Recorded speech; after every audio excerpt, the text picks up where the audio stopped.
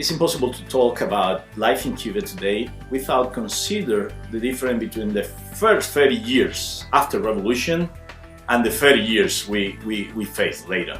Because on the first time, even the change that happened, most of that time in Cuba, Cuba as a country lived under the welfare of the Soviet Union.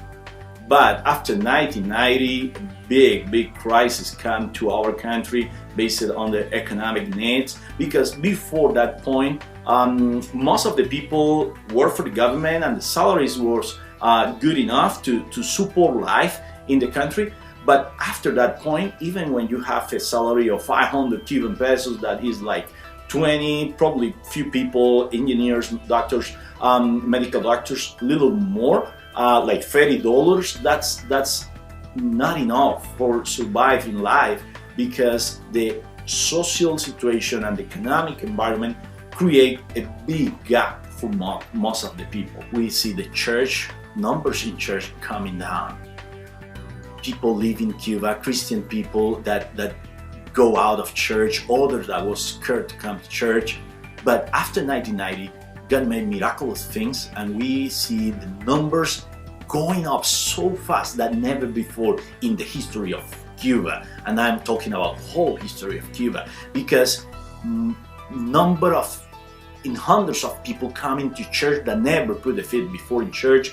The Christian people having an opportunity to openly talk about the gospel, and youth people coming every weekend to church just to know, just to discover what is this about, and having the opportunity to be faced to the gospel and making decisions about commit his life to Christ. I remember 10 years ago when Barry came down to Cuba and we connect and start to get the point about the Jesus-focused youth ministry training. We get so excited. We connect with our friends, leaders who was being trained on youth ministry at that point formally. From that point on, I remember my friend David and me traveling at this first stage with Barry to different places in the country. Later, we traveling by ourselves, doing training for other youth leaders in churches, and then traveling with others, our friends, that start to do the trainings by themselves. And the multiplication process in Cuba has been so surprising, so amazing for us,